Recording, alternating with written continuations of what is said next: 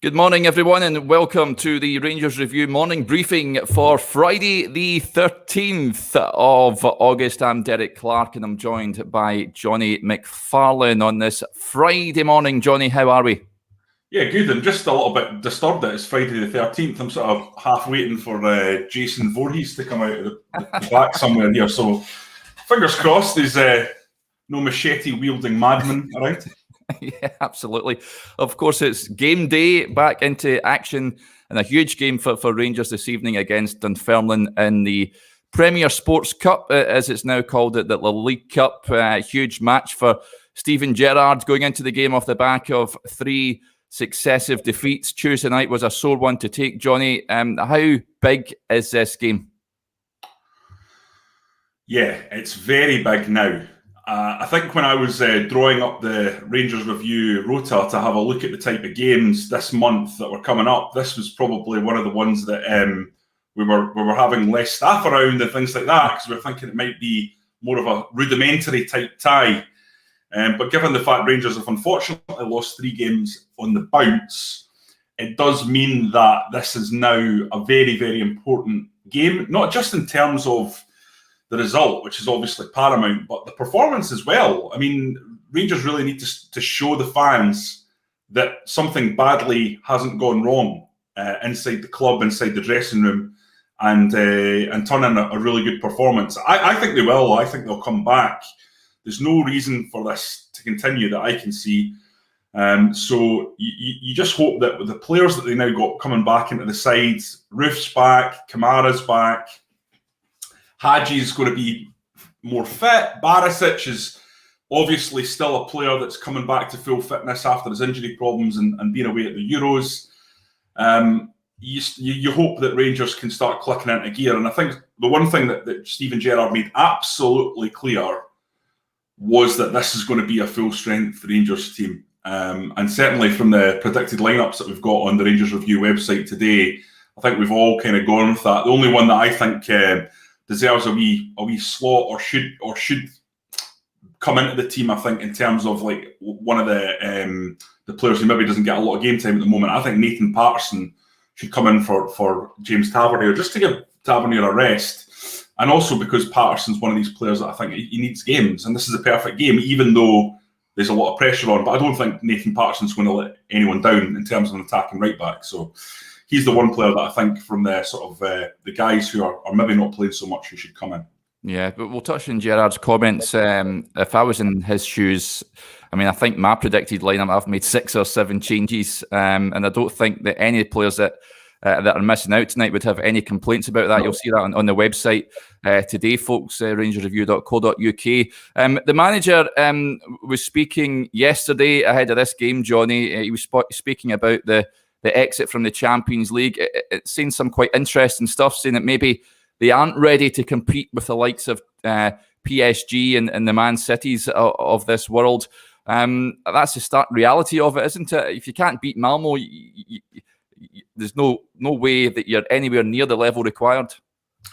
I can't actually imagine a situation where a Scottish club could ever be ready to face Mbappe, Neymar and Messi. Yeah. Just the level of quality inherent in that PSG front line. I mean, that's unlike anything Rangers would have probably ever faced. You know, the greatest player of all time, arguably. The most skillful Brazilian on the planet and one of the best Brazilian players in terms of talent for the last 30 or 40 years. And then Kylian Mbappe, and who knows how good he's going to be. He's already a World Cup winner. Yeah. I think that's self-evident that the Rangers would struggle against that type of quality, and nobody would argue that. Even the most ardent Rangers fan, I think, would say that the team is just not ready to face PSG, but a few would be. The fact that they've gone out to Malmo, as Gerrard says, does give you an indication of where the club is, but you know, in the run-up to the game, and we looked at Malmo in quite a lot of detail. You know, Joshua picked Malmo apart and looked at all the things they did in previous games. And looked at their player roster, and we just didn't feel, from all the information that I read, that Malmo were going to be a huge threat to Rangers. We knew that they could go through. We knew they could beat Rangers, but I think most people felt that Rangers had the team, had the players to make a difference there. So I think he's absolutely right. Fundamentally, the evidence is there. They couldn't get past Malmo, so how could they go into the Champions League and perform really well against the absolute elite level? The only thing I would say is I would expect Rangers to have significantly improved once they had several of their players back. But it's European football is always a learning curve until you reach the absolute elite. And I think now what Steven Gerrard will be saying is, let's hunker down and show what we can do in this Europa League. And let's get to the last 8 of the Europa League this year and show that we've had some improvement in the squad, that we've improved as a unit. Yeah. Touching on the Europa League, keeping a close eye on events yesterday over far-flung Kazakhstan, where Alashkert disposed of Kairat Almaty to qualify for the playoff round, where they'll now face Rangers. I think we were speaking off air, Johnny. Is it a 5,000-mile round trip or something like that? It's not ideal, but hey, they need to go out and make sure that it doesn't become another Strasbourg and their hangover from the Champions League defeat doesn't carry on. They need to make sure that their heads are focused on this one. Yeah, absolutely. It's absolutely imperative that Rangers go through to the Europa League for financial reasons. Yeah. I mean, that's a big boon for the club and their finances. Even though it's not the kind of Champions League boon, there's still a lot of money to be made from Europa League participation. And then if you get through the group stage, that ramps up again. It's not the same, though. That's got to be stressed. It's not going to be the Champions League. It's not the £40 million. But it's still enough that it's very, very important to Rangers' business plan that they have that. They have the full houses that they're going to get from the 3 group games as a minimum. So they need to take it seriously. I mean, listen, I could sit here and pretend that I know loads about Alashkert. I don't, looking at their squads, there's no one that really stands out as someone that you'd know a lot of detail about. We're going to obviously, at the Rangers Review, have a right good dig into what they can do over the coming days and try to give you, our readers and watchers and listeners, a sense of what they're all about. So until we do that, we won't really know where Rangers stand. On the face of it, of course, it should be an easier tie than the one that Rangers have just fallen foul of. And I suppose it's just going to be a case of managing that travel as well as the game itself. But I've seen a lot of people talk about how the games are in between the tie against the league game against Celtic. Yeah. Really, and this is actually, and people might not like to hear this. For me, this is way more important than that Celtic game. Rangers absolutely need to get into that Europa League for financial reasons, and any points dropped to Celtic, and obviously it's always a disaster, but they can always be picked up later on in the season. I mean, this Europa League tie now is so important. Yeah, Gerrard touched a little bit on the financial implications of not qualifying for the Champions League in his press conference, Johnny, saying that a player or two may be heading out the door. I think he sort of summed up that that's the model that the club work to anyway. I guess you wouldn't be surprised if we see one or two heading out before the transfer window closes now that they've not qualified for the Champions League. Yeah, but the thing is I'm a bit confused about a lot of this coverage regarding this, Derek. I've got to say, I mean, I sat at the AGM watching the pictures come through and the VTs and all that, and Rangers were absolutely upfront that this summer the player trading model was kicking in. They didn't say anything about if we qualify for the Champions League, it won't.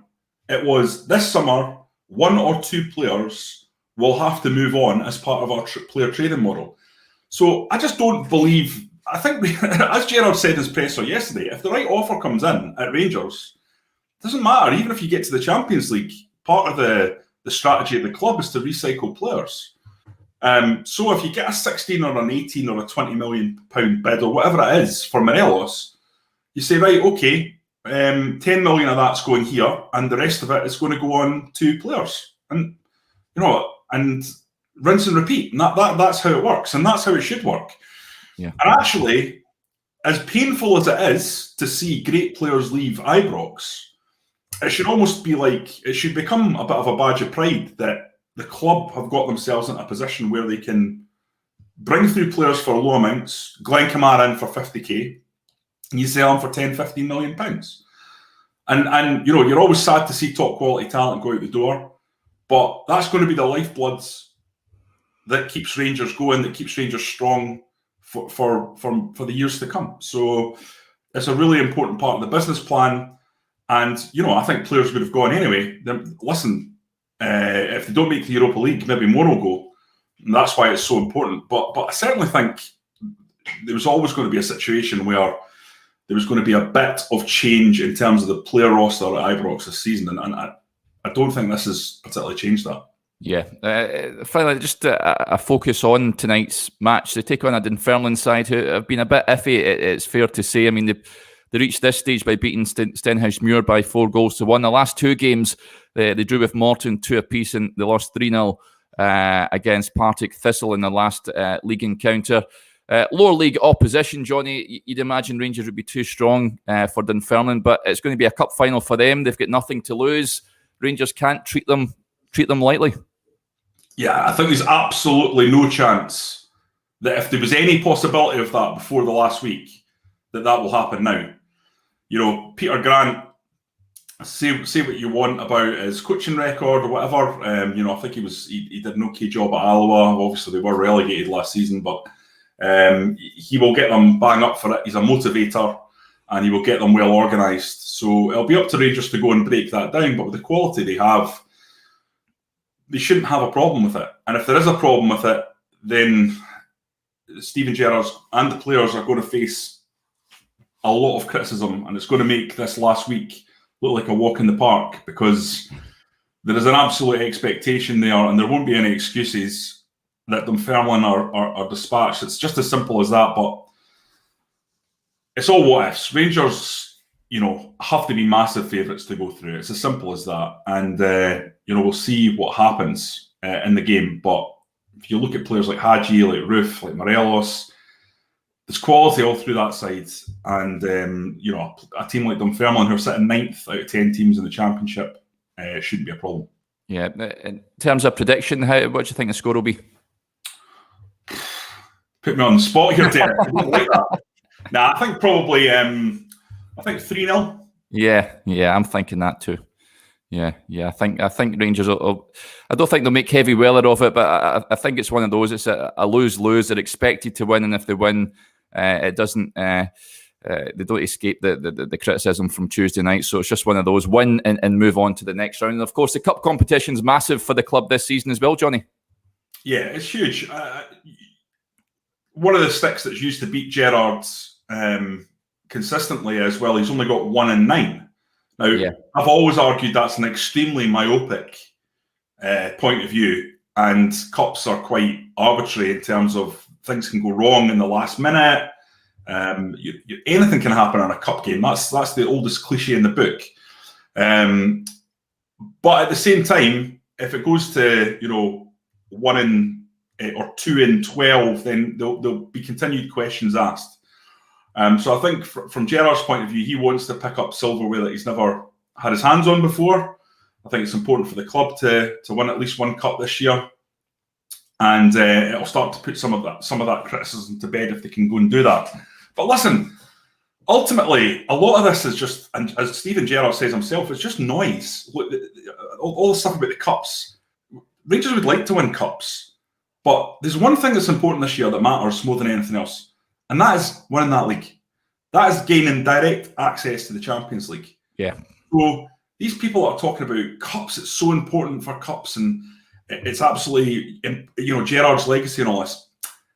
The truth of the matter is, if Gerrard wins this next league, it just cements everything that he's done, because what he'll have given the club in terms of that financial boost of going straight into that Champions League. As important as 55 was, 56 isn't far behind, directly because of that, because of the financial chasm that will grow between whichever club doesn't qualify and the one that does, because think of the amount of forward planning you can do if you actually know you're going to be in the Champions League the following season.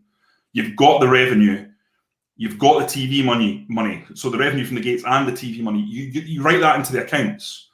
So that's going to give you a real advantage. So that's why it's important, mate. And ultimately, yes, Rangers will want to win cups desperately. The fans, the manager himself, the players, they'll want that. But let's be honest. Let's be realistic. There is one thing that matters. Yeah. James Strachan getting in touch. He agrees we have to win the league. That's 100%. Thanks to everyone, in fact, for interacting, getting in touch with the show this morning. Remember, you can subscribe to the Rangers Review now for only £1 a month for the first 6 months and support top quality journalism covering the club you love. Lots of great articles on there this morning. One from Four Lads Had a Dream blogger Stevie Clifford. I've got a piece up as well on Connor Goldson's contract impasse, and there'll be predicted lineups on there as well. So plenty to get your teeth stuck into, and keep your eye on the social media accounts on Twitter and Facebook as well. Thanks very much for joining us, Johnny. Enjoy the rest of your day, folks, and enjoy the game. We'll be back with the morning briefing on Monday morning.